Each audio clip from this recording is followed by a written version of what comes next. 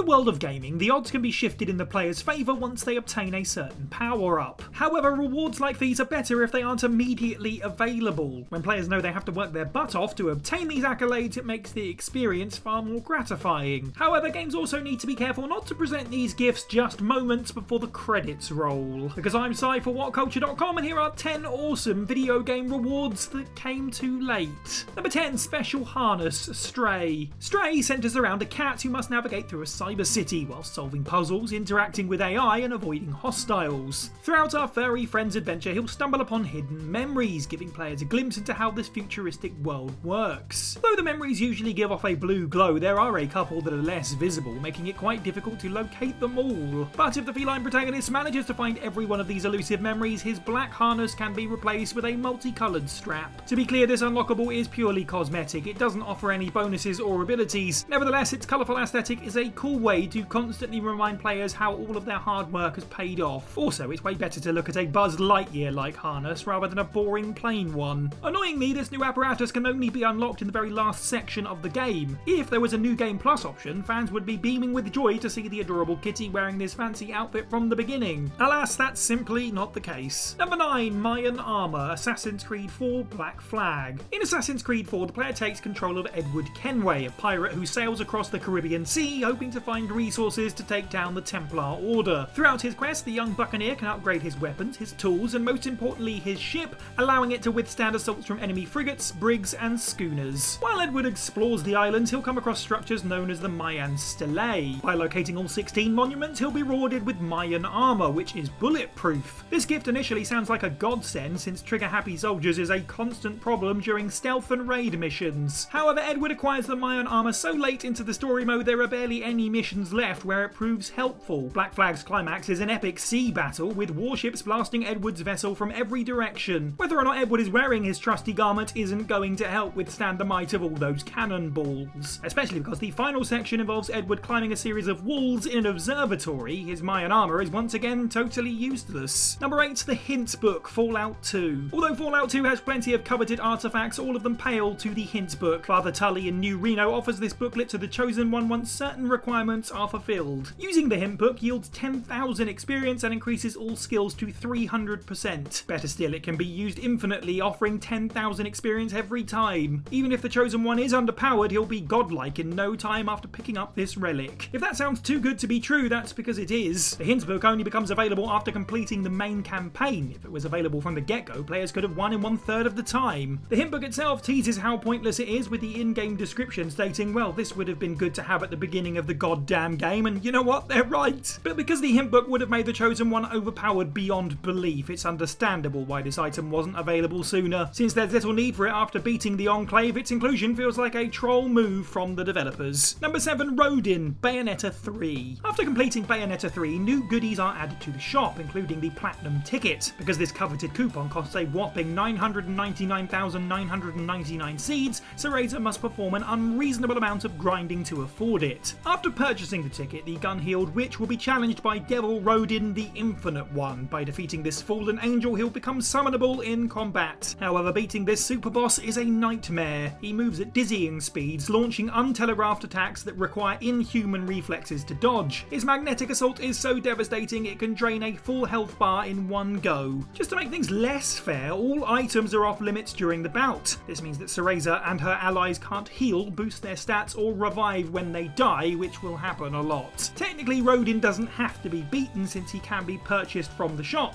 Unfortunately, this costs another 999,999 seeds, meaning our sultry heroine has to take part in more laborious battles to attain him. But what's the point? Not only is the main campaign beaten, even the biggest fans will be sick of playing the game at this point, since they had to grind for hours to use Rodin in the first place. Number 6, Fierce Deity Mask, The Legend of Zelda Majora's Mask. In Majora's Mask, Link acquires masks as he traverses through Termina, each with their own unique powers. Depending on what mask is worn, the Ocarina playing Hylian can hypnotize animals, end conflicts, develop insomnia, or conduct a choir of singing frogs. If Link finds all 24, he'll be entrusted with the Fierce Deity mask. While wearing this garment, Link has enhanced strength and defense. If he's at full health, his sword unleashes homing bolts, stunning any nearby enemy. To the chagrin of everyone, there's a major catch. Link only receives this prized possession before fighting the final boss, and because Majora is bafflingly easy, Link can mop the floor with him even without going full beast mode. In general, the enchanted mask can only be worn while fighting bosses. Unfortunately though, the boss's mechanics make the Fierce Deity mask mostly redundant. Goat moves too fast to be fought without wearing the Goron mask. Gaiol can only be damaged while wearing the Zora mask. Twin Mold is only vulnerable while Link is in giant form. So the Fierce Deity mask can be used properly against the first boss, Uldowa, and the final one,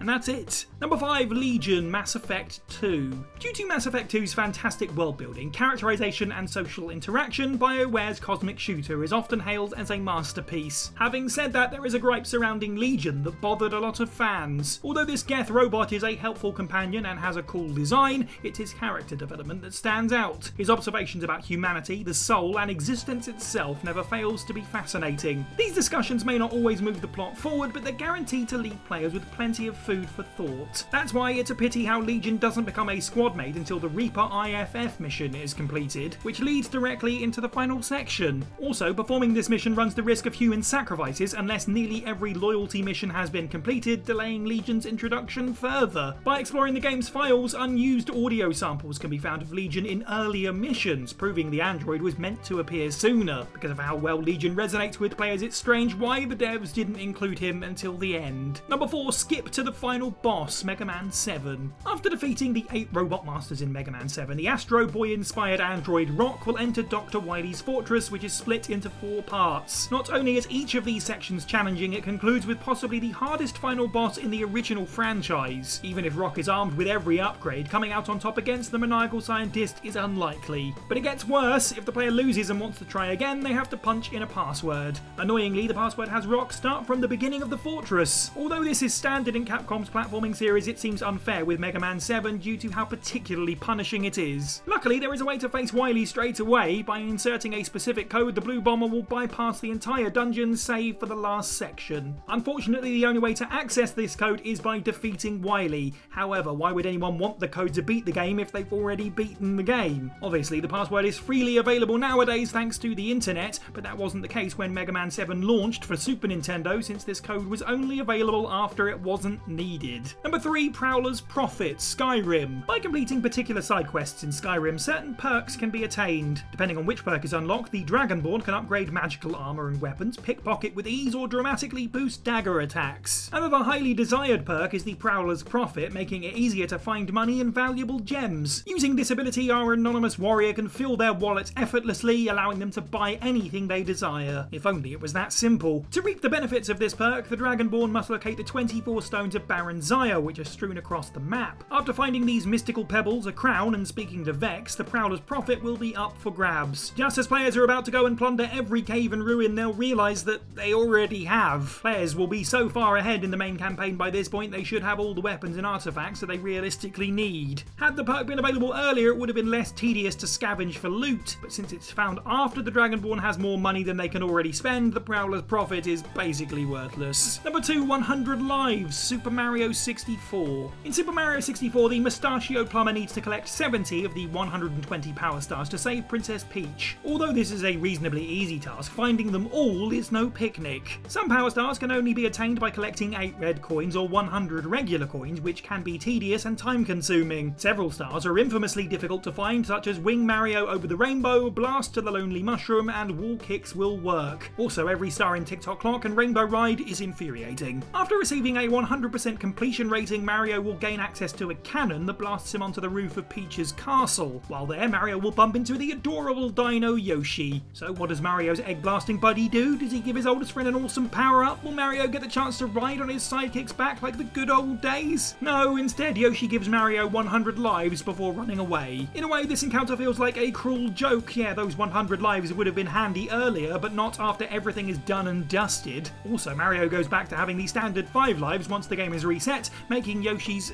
gift temporary. And number 1, the Statue of True Perfection, Stardew Valley. There is so much to do in Stardew Valley, average players should accept the fact they're never going to complete the game. Instead, they should just focus on the daily activities and having a good time. However, die-hard fans will be excited to know there is an incredible reward for finding everything. To attain the 100% perfect rating, players need to find every star drop, cook every recipe, become great friends with every character, and find all the golden walnuts among many other side missions. Unsurprisingly, this task is far from easy, as well as devilishly time-consuming, taking between 100 and 200 hours. After receiving the perfect rating, the protagonist will be rewarded with the Statue of True Perfection, which gives out a super rare prismatic shard daily. These fragments can be traded for magic rock candy, enchant tools and weapons, turn children into doves at the Dark Shrine, and be used to forge the strongest weapon, the Galaxy Sword. But because players have been everywhere and done everything at this point, they should have gathered these artifacts long before receiving their final prize. Being presented with the Statue of True Perfection is a nice gesture, but it's too little, too late. These video game rewards might have been completely pointless by the time you got them, but there are some that you absolutely shouldn't even accept. Check out this video, which is on screen now, to stay with us here at WhatCulture Gaming. Make sure to like this video, subscribe, and leave a comment down below on other examples. I'm sure there are many